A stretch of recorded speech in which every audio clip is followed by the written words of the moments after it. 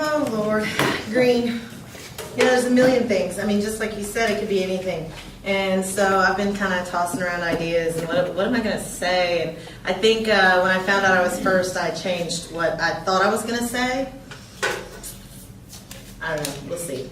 I am Irish. I traveled around in Ireland for about 3 weeks when I was in college. And there's so many amazing things about Ireland. It is very green. And I love the grass there. And sometimes the grass here reminds me of the grass in Ireland. It's long and thin and kind of wispy like hair, and you can just kind of run your hands through it and lay in it. And it's really beautiful. So I like it here because it reminds me of being there.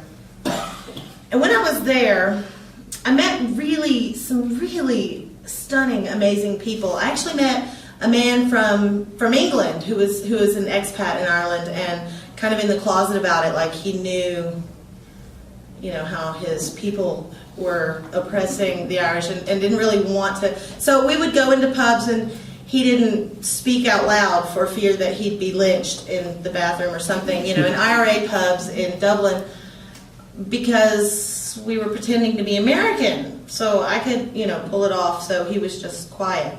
And he survived,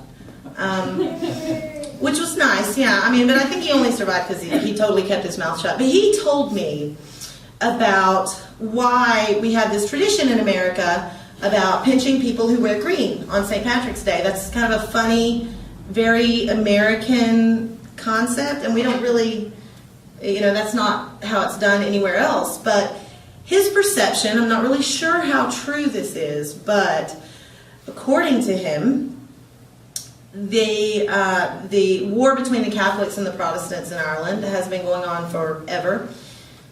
The Catholics are represented by green because of the Trinity, and we pinch people who aren't wearing green to symbolize the torture of the pagans who would not convert.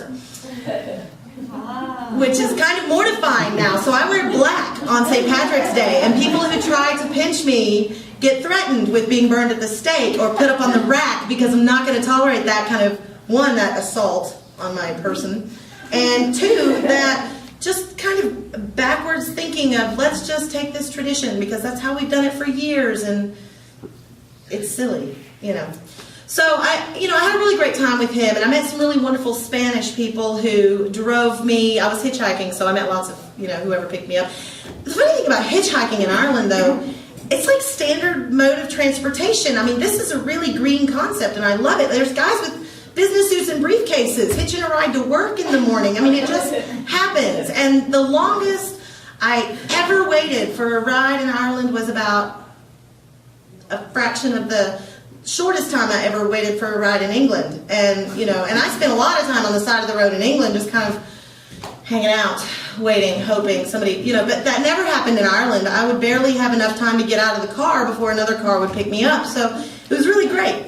And the Spanish couple who picked me up were absolutely amazing. And they were very kind of in touch with their own inner spirituality, and they're very hippie kind of people, very, very cool. And they drove us up to the Cliffs of Moher, which is amazing if you've been there. It's really the most amazing place on earth. And I sat on the edge of the cliffs and watched my feet hang over and look down, which is really kind of scary. But I did it, and I was brave. I was very proud of myself.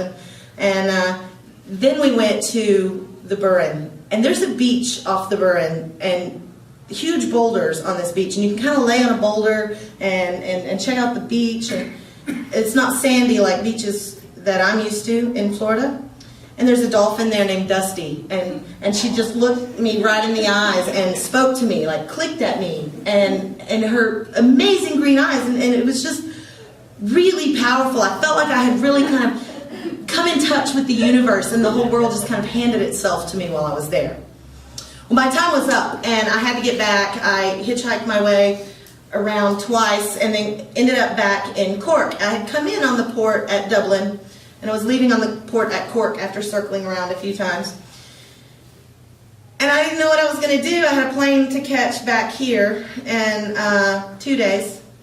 And I was stuck in Cork at the port trying to find a ride. And, you know, maybe if I can get into a car, then I could get back and I don't know, get on the ferry.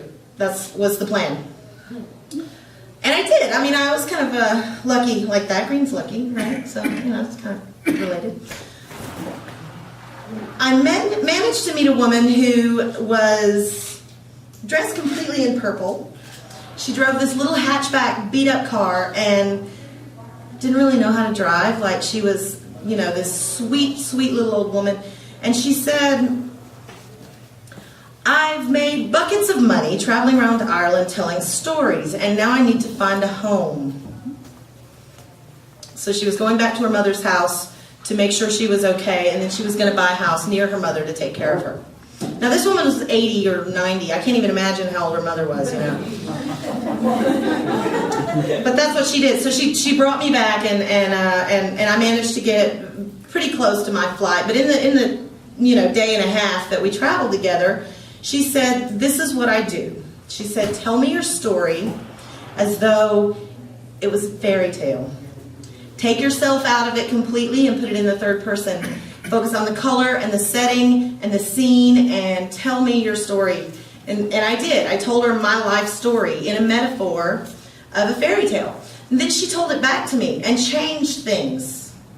Like, not really things that couldn't be changed because these were things that actually happened, but she changed my mindset and my reactions and some of my attitudes about things.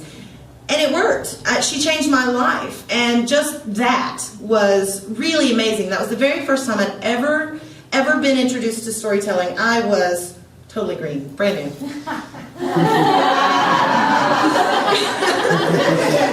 So it really absolutely changed my life. So when I came back here, I didn't know that there was a storytelling master's degree.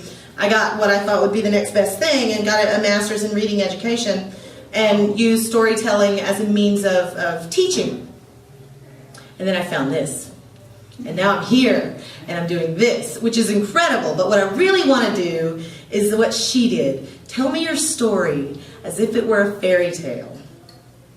And I can change your life.